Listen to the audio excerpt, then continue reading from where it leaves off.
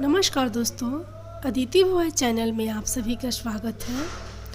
आज आप लोग सुनेंगे बहुत ही सुंदर कहानी बेदर्द बुढ़ापा। जेठ महीने के आग उगलते मौसम में गोविंद जी आंगन में रखी चरपाई पर लेटे हुए थे।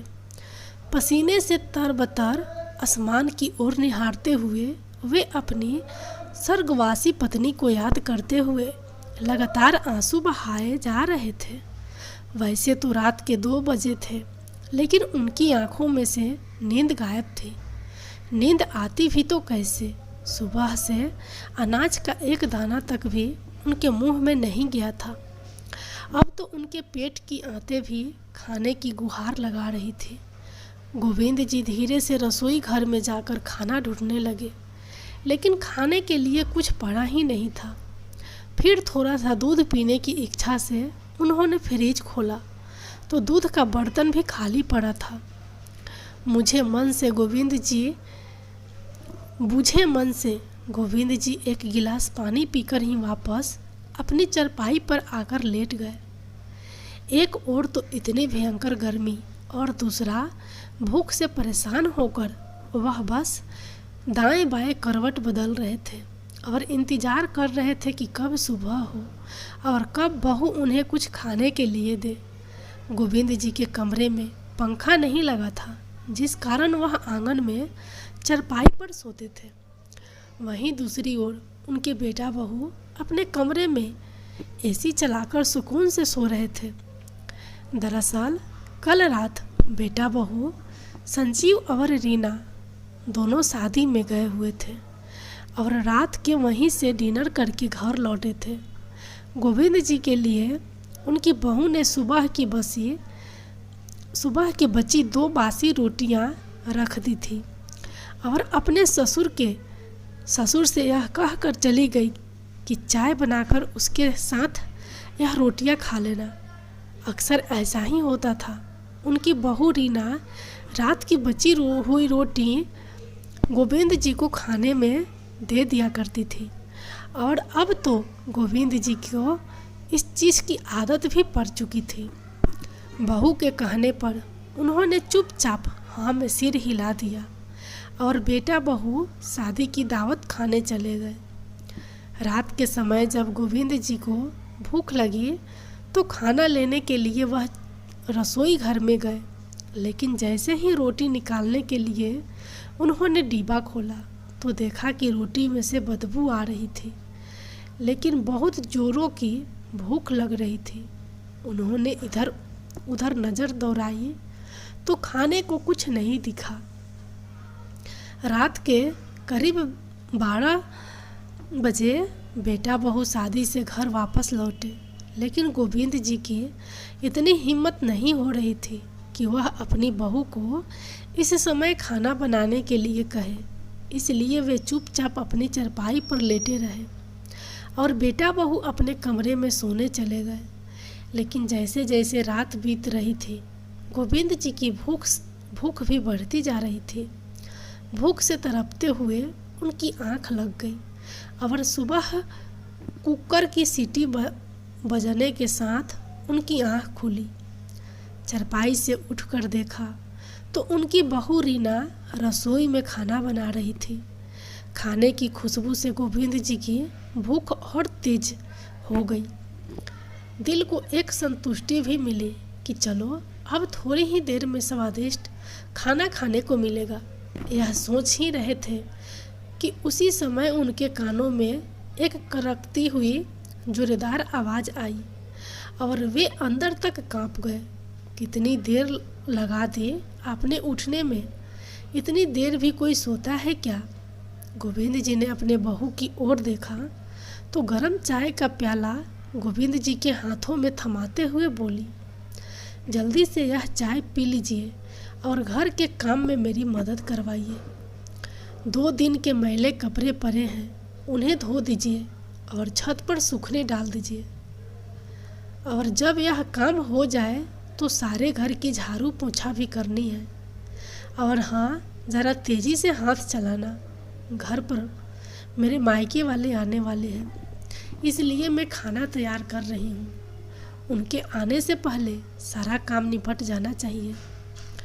बहू एक के बाद एक बात बोलती जा रही थी, लेकिन रात से भूखे गोविंद जी बहू के आगे अपना मुंह तक नहीं खोल पाए। एक कप चाय पीकर ही अपने आप को दिलासा दिया और बाथरूम में रखे कपड़े धोने के लिए चले गए। बुढ़ापे और कमजोरी के कारण उनसे इतना काम नहीं किया जाता था, परंतु वह मजबूर थे।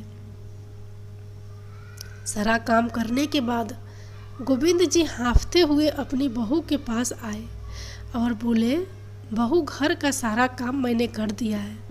अब मुझे बहुत ज़ोर से भूख लगी है। रात से कुछ नहीं खाया। रात को जो रोटियां तुम खाने के लिए रख कर गई थी, सुबह से बनी होने के कारण उन रोटियों में से बदबू आ रही थी, इसलिए मैं उसे रोटी को खा नहीं पाया। तभी बहू तपाक से बोली, अच्छा, आप कहना क्या चाहते हैं? क्या मैं आपको बासी रोटियां देती हूँ? हे भगवान, अब यह इल्ज़ाम लगाना भी बाकी रह गया था। मुझ पर शर्म नहीं आती आपको ऐसा झूठ बोलते हुए। मेरी एक बात कान खोल कर सुन लीजिए। जब तक मेरे मायके वाले आकर खाना नहीं खा लेते, तब तक मैं आपको कुछ नहीं देने वाली। अरे, अगर खाना कम पड़ गया तो अगर कुछ बच गया तो मैं आपको बाद में दे दूंगी। अब यहाँ मेरे सर पर मत खड़े रहिए। ऐसा कहते हुए रीना ने गोविंद जी के हाथ में एक बिस्कुट का पैकेट थमाया और बोली, अपने कमरे में जाकर इन्हें खा लेना और जब तक मेरे मायके वाले आकर चले नहीं जाते तब तक वहीं बैठे रहना। यहाँ इधर उधर घूमने की कोई ज़रूरत नहीं है। और हाँ, आंगन में से अपनी चरपाई भी उठा लीजिए। मेरे घर को कबाड़ खाना बनाकर रखा हुआ है। गोविंद जी का एक मन तो हुआ कि अपनी बहू की कड़वी बातों का मुंह तोड़ जवाब दे, लेकिन फिर यह सोचकर चुप रह गए कि बेटे के आते ही बहू हंगामा खड़ा कर देगी और बेटा संजीव भी बहू की बातों में आकर फिर से उन्हें वृद्ध आश्रम छोड़कर आने की धमकी देने लगेगा। जब से बेटे की शादी की है, उसे अपने बूढ़े बाप की तकलीफें नज़र कहाँ आती है। वह तो सिर्फ अपनी पत्नी की ही बातें सुनता है। इसलिए गोविंद जी ने चुपचाप चारपाई उठाकर अपने कमरे में रख दी और वहीं आकर बैठ गए। सोचने लगे कि कितने मंदिरों में माथा टेका था, कितनी मन्नतें मांगी थी, तब जाकर हमारा बेटा संजीव हमें मिला था।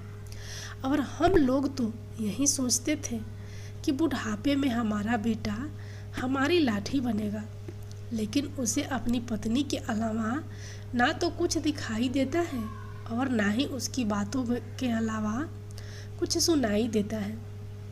कभी एक पल भी निकाल कर मेरे पास बैठकर इतना तक नहीं पूछता कि पिताजी आपकी तबीयत कैसी है, खाना खाया या नहीं। अब तो जब भी मुंह से कुछ बोलता हूँ, बस आग ही उगलता है। बेटा बहू जब भी मुझसे बात करते हैं तो ऐसा लगता है कि जैसे अभी मुझे खा जाएंगे। क्या कुछ नहीं किया मैंने अपने बेटे के लिए? अरे ठाही क्या मेरे पास, सिर्फ 2 कमरों का घर और एक छोटी सी खिलौनों की दुकान। लेकिन मैंने सोच लिया था कि मैं अपने बेटे के लिए एक बड़ा कारोबार खड़ा करूँगा। इसलिए उसके होने के बाद मैंने दुगुनी मेहनत की और लगातार 10 साल की मेहनत से एक छोटी सी दुकान शोरूम में तब्दील हो गई। उसके लिए बड़ा सा घर बनवाया और व्यापार की एक बारीकी उसे सिखाई, जिसके कारण आज संजीव एक अच्छा व्यापारी बन बैठा है। उसके बाद उसकी पसंद की लड़की से उसकी शादी भी करवा दी और बहू घर में आ गई। सब कुछ कितने अच्छे से चल रहा था। तब तो मेरी पत्नी शारदा भी थी, जिंदा थी, लेकिन अचानक उसे डेंगू बुखार हुआ और लाख कोशिशों के बावजूद मेरी पत्नी श्रद्धा मुझे छोड़कर चली गई। जब तक श्रद्धा मेरे साथ थी तब तक मैं इस घर का मुखिया हुआ करता था। बेटा बहू कितना मान देते थे मुझे। खाने पीने की कोई दिक्कत नहीं थी। मैं दुकान संभालता था और मेरी पत्नी अपनी बहू के साथ घर के सारे काम संभाल लेती थी। लेकिन उसके जाने के बाद मेरी तो दुनिया ही उजड़ गई। मैं तो जैसे बेटा बहू पर बोझ बन गया। धीरे धीरे बेटे ने दुकान पर कब्जा किया और बहू ने पूरे घर पर कब्जा कर लिया और मुझे एक कमरे तक सीमित कर दिया गया। अपने ही घर में मैं कहीं आ जा नहीं सकता हूँ। कुछ दिनों के लिए मेरी तबीयत क्या खराब हुई, बेटे ने तो मुझे दुकान पर बैठने से ही मना कर दिया। यह कह कर कि आप बूढ़े हो गए हैं, तबीयत खराब हो जाएगी तो कौन संभालेगा। अब दुकान पर आपकी कोई ज़रूरत नहीं है। दुकान में बहुत अच्छे से संभाल सकता हूँ। ऐसा कहकर उसने दुकान पर कब्जा जमा लिया। जेब में कुछ रुपये होते तो बाहर से ही खाने को कुछ खरीद लेता, लेकिन बेटा तो मुझे 1 रुपया तक नहीं देता और बहू खाने को कुछ नहीं देती। सोचते सोचते गोविंद जी फूट फूट कर रोने लगे। गोविंद जी की पत्नी श्रद्धा को गुजरे हुए 10 साल बीत चुके थे और बेटे बहू का रवैया दिन ब दिन खराब होता जा रहा था। अब तो उन्हें 2 वक्त की रोटी भी बहुत मुश्किल से मिल पाती थी। गोविंद जी के बेटे ने उन्हें बूढ़ा करार देकर दुकान आने से तो मना कर दिया, लेकिन बहू अपने बूढ़े ससुर से घर के सारे काम करवाने लगी। घर की साफ सफाई, जूठे बर्तन और कपड़े तक उनकी बहू उनसे धुलवाती है और यदि वे कुछ कहते हैं तो घर में कलह कलेश शुरू कर देती है। और इसी कलेश की वजह से गोविंद जी आज तक चुप रहे, चुपचाप काम करते आ रहे हैं। समय बीतने के साथ साथ उनके बेटे और बहू का व्यवहार तो बद से बदतर होता जा रहा था, लेकिन बेटे और बहू को उन पर इतना भी दया नहीं आई कि उनकी उम्र बढ़ती जा रही है तो घर का इतना काम वह कैसे कर पाएंगे। गोविंद जी का एक पोता भी है जो इंजीनियरिंग की पढ़ाई करने के लिए विदेश चला गया। जब उनका पोता छोटा था तब गोविंद जी अक्सर उसके साथ खेल कूद किया करते थे और उनके पोते अजय को भी अपने दादाजी के साथ घूमना फिरना और खेलना बहुत अच्छा लगता था। अक्सर दादाजी कभी उसे पार्क में घुमाने ले जाया करते थे तो कभी बाजार में। दादा पोते में प्यार इतना था कि जब तक रात में अपने दादाजी से वह कहानी नहीं सुन लेता था तब तक उसे नींद ही नहीं आती थी। स्कूल के आने के बाद भी अजय अपने स्कूल के सारी बातें अपने दादाजी के साथ साझा किया करता था। अजय बड़ा होकर इंजीनियरिंग बनना चाहता था, इसलिए स्कूल ख़त्म होते ही माता पिता ने उसे पढ़ने के लिए ऑस्ट्रेलिया भेज दिया। और जब से अजय पढ़ाई करने के लिए ऑस्ट्रेलिया गया था तब से गोविंद जी बिल्कुल अकेले रह गए थे, क्योंकि एक उनका पोता ही था जिसके संग बात करके गोविंद जी अपने सारे गम भूल जाया करते थे। अजय ही अपने दादाजी की दवाई और खाने पीने का ध्यान रखा करता था। अपने कमरे में बैठे गोविंद जी अतीत के पन्ने पलटते जा रहे थे। तभी अचानक दरवाजे की घंटी बजी और वह अपनी यादों के समुद्र से बाहर आ गए। वह समझ गए थे कि बहू के मायके वाले आ चुके हैं, लेकिन उन्हें बाहर निकलकर कुछ देखने की इजाज़त नहीं थी। बाहर से खूब हंसी ठिठोली की आवाज़ आ रही थी और जोर शोर से नाश्ता पानी भी चल रहा था। रात से भूखे गोविंद जी अपने कमरे में बैठे बैठे इंतज़ार कर रहे थे कि कब बहू के मायके वाले खाना खाएं तो उन्हें कुछ खाने को मिले। बहू के मायके वालों को आए 3 घंटे हो चुके थे। तब सब लोगों के लिए डाइनिंग टेबल पर खाना लगाया गया और सब उंगलियां चाट चाट कर खाना खाने लगे। उधर गोविंद जी पानी पीकर अपनी भूख मिटाने की नाकाम कोशिश कर रहे थे।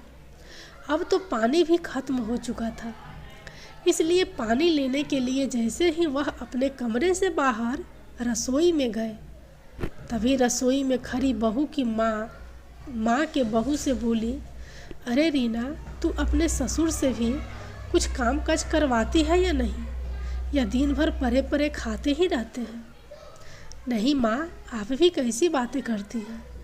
अब ये बूढ़े हो चुके हैं, ज़्यादा नहीं लेकिन थोड़ा बहुत काम काज तो करवा लेती हूँ, नहीं तो बैठे बैठे मुफ्त में खाना थोड़ी खिलाऊंगी। बातें करते हुए दोनों हंसने लगी और बाहर चली गई। गोविंद जी रसोई में खड़े खड़े अपने बहू और समधन की बातें सुन रहे थे। उनके शब्द उनके दिल में तीर की तरह चुभ रहे थे और आंखों से आंसू बहते जा रहे थे। मन ही मन सोच रहे थे कि दिल तो करता है अभी बोल दो कि मैं तुम लोगों की कमाई नहीं खा रहा, यह दुकान, यह बड़ा सा घर, सब कुछ मेरा खरीदा हुआ है। सोचते सोचते गोविंद जी के हाथों से पानी का गिलास गिर गया और रसोई में चारों तरफ पानी फैल गया। गिलास गिरने की आवाज़ सुनकर बहू भागती हुई आई और रसोई में चारों तरफ पानी गिरा देखकर जोर से चिल्लाते हुए बोली, आपको एक बात समझ नहीं आती, जब मैंने आपको रसोई में आने से मना किया था, फिर क्यों आए रसोई में? पूरी रसोई गंदी कर दी। चलिए अब जल्दी से साफ कीजिए। बहू का इस तरह से जोर जोर से चिल्लाना क्या कम था कि उनका बेटा भी पीछे चिल्लाता हुआ आया, पिताजी, जब रीना ने आपको यहाँ आने से मना किया था तो फिर रसोई घर में क्यों आए? अरे पूरे घर में इधर उधर घूमना क्या ज़रूरी है आपका? एक जगह पर बैठा नहीं जाता, सारा मज़ा खराब कर दिया। ऐसा कहते हुए बेटा बहू पैर पटकते हुए चले गए। भूखे रहने का दर्द इतना नहीं था जितना अपने ही बच्चों से जिल्लत भरी बातें सुनने का दर्द था। आज गोविंद जी पूरी तरह से टूट चुके थे। भरी आंखें लिए कांपते हाथों के साथ उन्होंने रसोई साफ की और नज़रें झुकाए वह अपने कमरे में चले गए और अपनी किस्मत पर फूट फूट कर रोने लगे। खाना खाने के बाद सभी लोग चले गए और गोविंद जी अभी तक अपने खाने का इंतज़ार कर रहे थे कि बहू कुछ खाने को दे दे, लेकिन बहू तो रसोई बंद करके अपने कमरे में जाकर लेट गई। गोविंद जी बहू को आवाज़ देते हुए बोले, बेटा कुछ खाने को दे दे, बहुत भूख लगी है। तो बेटा बहू दोनों ही गुस्से से चिल्लाते हुए बोले, मेहमानों के सामने हमारी बेइज्जती कर दी, आज आपको खाने को कुछ नहीं मिलेगा। अगर चुपचाप घर पर रहना है तो रहो, नहीं तो इस घर को छोड़कर चले जाओ, हमें आपकी कोई ज़रूरत नहीं है। अपने बेटे की यह बातें सुनकर गोविंद जी अंदर तक पूरी तरह से टूट चुके थे कि क्या करें, कहाँ जाए। लेकिन अब यह अपमान भी उनके बर्दाश्त से बाहर हो रहा था। बैठे बैठे उन्हें कुछ याद आया और उन्होंने अपना संदूक खोला। संदूक में उनके पुराने पर्स में कुछ पैसे रखे थे। वह पैसे निकालकर उन्होंने अपनी जेब में डाले और अपनी छड़ी उठाकर बाहर की ओर चल दिए। बेटे बहू ने उन्हें जाते हुए देखा, लेकिन किसी ने रोक कर इतना नहीं पूछा कि पिताजी कहाँ जा रहे हैं। गोविंद जी की जेब में कुल मिलाकर 700 पड़े थे। चलते हुए वह सोचते जा रहे थे कि इन 700 से वह क्या कर सकते हैं। भूख भी बहुत ज़ोरों से लगी ही थी, इसलिए उन्होंने सबसे पहले 50 रुपये की एक छोटे से ढाबे पर रख कर खाना खाया और पेट की भूख शांत की। गोविंद जी शुरू से ही एक सफल व्यापारी थे।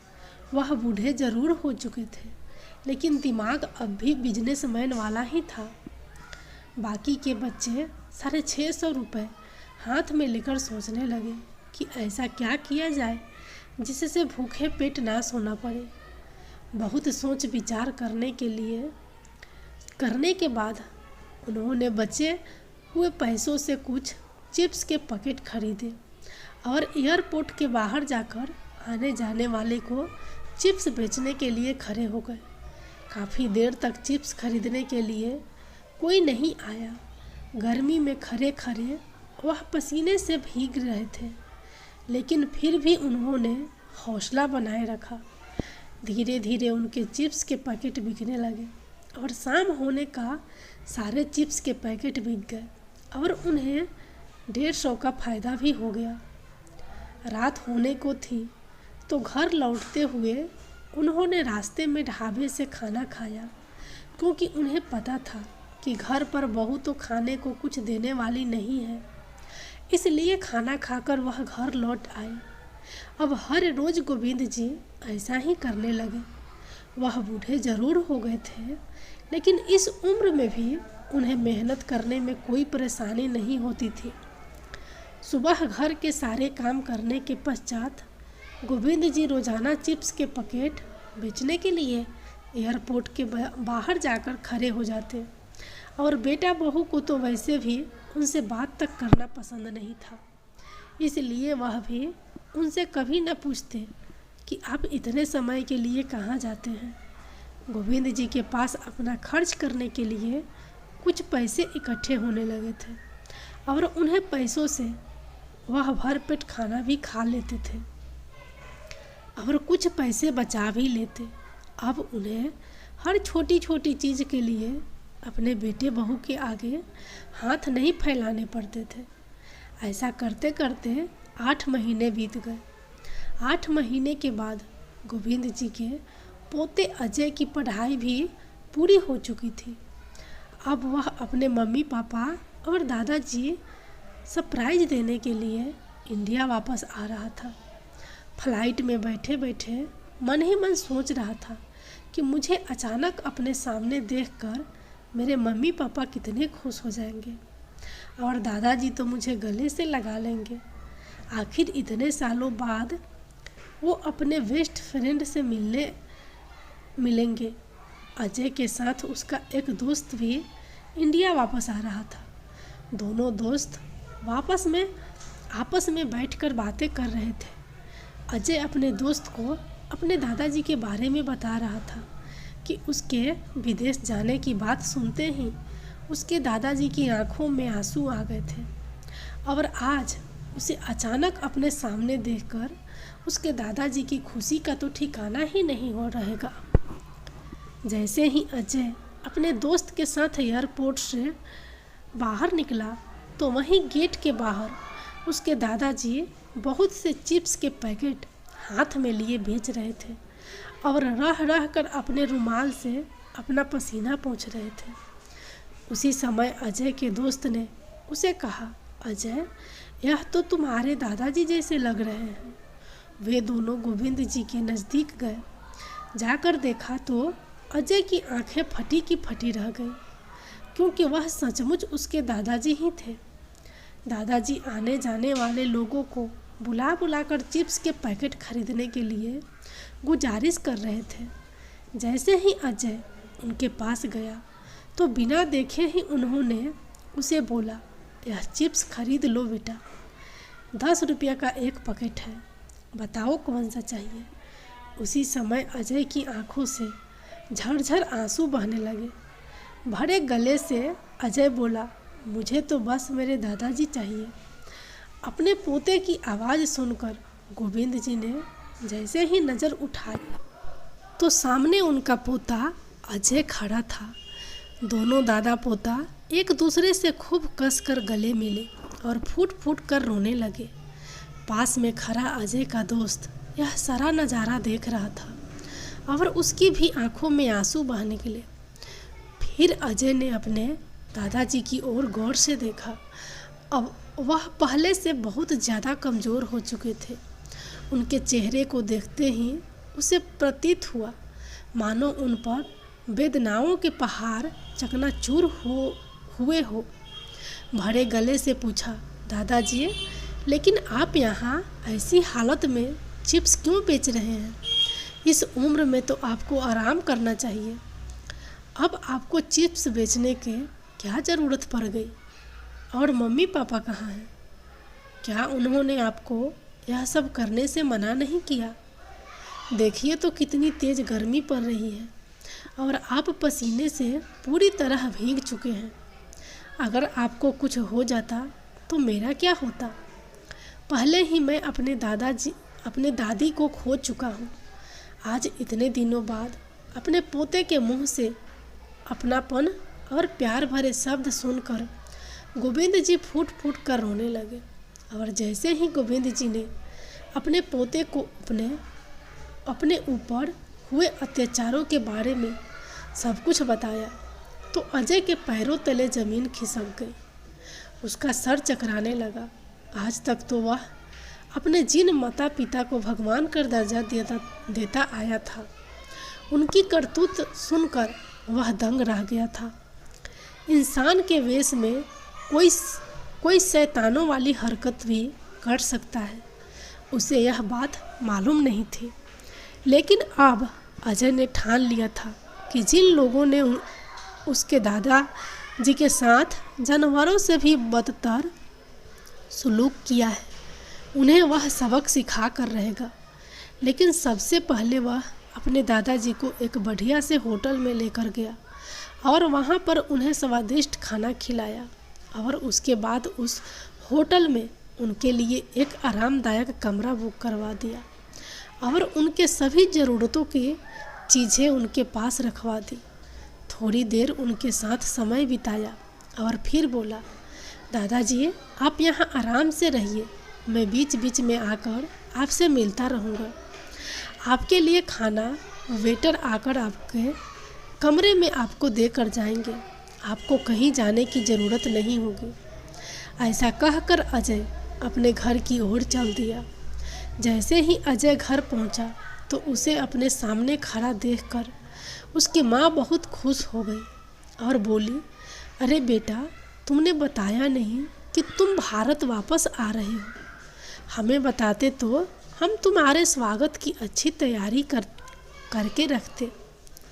फिर अजय अपनी माँ की आंखों में आंखें डालते हुए गंभीर स्वर में बोला, लेकिन अगर मैं पहले बता देता तो मैं वह सब कैसे देखता जो मैंने आज अपनी आंखों से देखा है। तभी रीना जल्दी से अपने पति को आवाज़ लगाते हुए बोली, अजी देखिए तो हमारा बेटा आया है। कुछ ही सालों में कितना बड़ा हो गया है। आंखों में खुशी के आंसू लिए जैसे ही रीना अपने बेटे को गले लगाने लगी, तभी अजय ने अपनी माँ का हाथ पीछे झटक दिया और बोला, माँ, पहले मुझे यह बताओ कि दादाजी कहाँ हैं? वह घर में नज़र क्यों नहीं आ रहे हैं? ऐसा कहते हुए अजय अपने दादाजी के कमरे में चला गया, लेकिन दादाजी वहाँ नहीं थे। यह उसे भी मालूम था। वह बस अपने माता पिता के सामने नाटक कर रहा था।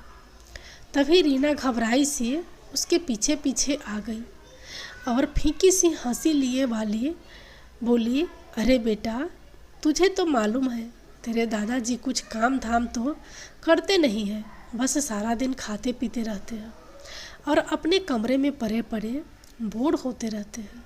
इसलिए हमने ही उन्हें कहा था कि कभी कभार बाहर भी चले जाया करो, नहीं तो हड्डियाँ जाम हो जाएगी। अपनी माँ के मुंह से ऐसी बातें सुनकर अजय की हैरानी का ठिकाना न रहा। सुबह से रात हो चुकी थी, लेकिन गोविंद जी अभी तक घर नहीं लौटे थे। तब अजय ने अपने पिता से पूछा, पापा, दादाजी अभी तक घर क्यों नहीं लौटे? क्या आपको उन्होंने कुछ नहीं बताया कि कहाँ जा रहे हैं? अरे बेटा, कभी कभी तेरे दादाजी अपने दोस्त के घर चले जाते हैं तो वहीं 1-2 दिन लगा लेते हैं। चिंता करने की कोई ज़रूरत नहीं है। रात बहुत हो चुकी है, अब तुम अपने कमरे में जाकर सो जाओ। अगले दिन सुबह अजय तैयार होकर अपने दादाजी से मिलने होटल निकल गया और वहीं बैठकर उनके साथ खाना खाया और अपने दादाजी को हिम्मत देते हुए बोला, दादाजी आप बिल्कुल फिक्र मत कीजिए, जल्द ही सब ठीक हो जाएगा। उसके बाद अजय अपने दादाजी को लेकर घर पहुंचा तो उनके बेटा बहू उन दोनों को एक साथ देखकर हक्के बक्के रह गए। तभी रीना ने हड़बड़ाते हुए अपने बेटे से पूछा, अरे बेटा तुम्हें दादाजी कहाँ मिले? तो अजय अपने चेहरे पर नफरत लिए अपनी माँ की ओर देखते हुए बोला, आपने तो मुझे सही ढंग से बताया नहीं कि दादाजी कहाँ गए हैं, लेकिन मैंने अपने दादाजी को ढूंढ ही लिया। तो बेटे की बात सुनकर दोनों माता पिता उसे नजरें चुराने लगे। तो अजय बोला, शर्म आती है मुझे आप दोनों को अपने माता पिता कहते हुए। कितने एहसान फरामोश लोग हैं, आप झूठ पे झूठ बोलते जा रहे हैं। क्या आप जानते हैं कल मैंने एयरपोर्ट के बाहर अपने दादाजी को चिप्स के पैकेट बेचते हुए देखा। अगर मैंने यह सब ना देखा होता तो मेरे सामने आपकी असलियत आती ही ना। अरे कहाँ जाता है कि महिलाएं नरम दिल की होती है, लेकिन आप एक औरत होकर अपने पिता समान इंसान के साथ ऐसा कैसे कर सकती हैं? और पापा आप अपने पिता को सताकर तो आपको नरक में भी जगह नहीं मिलेगी। एक बेटा होते हुए भी आप अपने बूढ़े पिता की तकलीफ़ नहीं समझ पाए। कल को अगर यही सलूक मैं आप दोनों के साथ करूं तो क्या आपको कैसा लगेगा? और आप शायद यह भूल गए थे कि यह बड़ा सा घर और दुकान जिस पर आप कब्जा करके बैठे हो वह सब मेरे दादाजी के हैं। और अपनी उन्हें पिता को आपने रात की बची सूखी रोटियां खिलाई, उनके कमरे में एक पंखा तक नहीं लगवाया। अरे ऐसा सलूक तो कोई अपने घर के नौकर के साथ भी नहीं करता जैसा आपने अपने पिता के साथ किया है। इस बात की सज़ा तो आपको मिलनी ही चाहिए। उसी समय पुलिस इंस्पेक्टर घर पर पहुंच गए।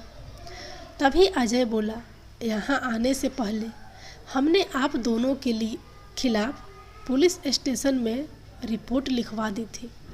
इंस्पेक्टर को देखते ही संजीव और रीना तुरंत पिता के सामने हाथ जोड़कर खड़े हो गए। हमें माफ़ कर दीजिए पिताजी, हमसे बहुत बड़ी गलती हो गई, आइंदा ऐसा कभी नहीं होगा। उसी समय एक जोरदार चटक की आवाज़ आई और अपनी गाल पर पड़े तमाचे के कारण संजीव जमीन पर गिर गया। तब गोविंद जी बोले, अरे ऐसी औलाद से तो बे औलाद रहना ज़्यादा बेहतर था। इन दोनों को ले जाइए इंस्पेक्टर साहब। पिता के मुंह से यह सब बातें सुनते ही वे दोनों माफ़ी के लिए गिड़गिड़ाने लगे। जैसे ही पुलिस वाले उन्हें ज़बरदस्ती बाहर की ओर ले जाने लगे, तभी गोविंद जी ने देखा कि इनके पोते अजय की आंखों में आंसू थे। उसी समय वे बोले, इंस्पेक्टर साहब, मैं अपनी कंप्लेंट वापस लेता हूँ, इन दोनों को छोड़ दीजिए। उसके बाद इंस्पेक्टर ने संजीव और रीना को चेतावनी देते हुए कहा, बुढ़ापा तो सभी को आना है। आज आपके पिताजी बूढ़े हैं, कल आप लोग भी बूढ़े होंगे और जैसा आप करेंगे वैसा ही आपको मिलेगा। यह बात हमेशा याद रखना। इतना कहकर इंस्पेक्टर सब चले गए और अजय अपने दादाजी के गले लग पड़ा। उस दिन के बाद से गोविंद जी बेटा बहू उनका खूब अच्छे से ख्याल रखने लगे। उनकी हर छोटी छोटी ज़रूरतें, खाने पीने का ध्यान वह बहुत अच्छे से रख रहे थे। अब गोविंद जी अपने घर बहुत शान से रहते और हर पल अपने पोते को दिल से आशीर्वाद देते।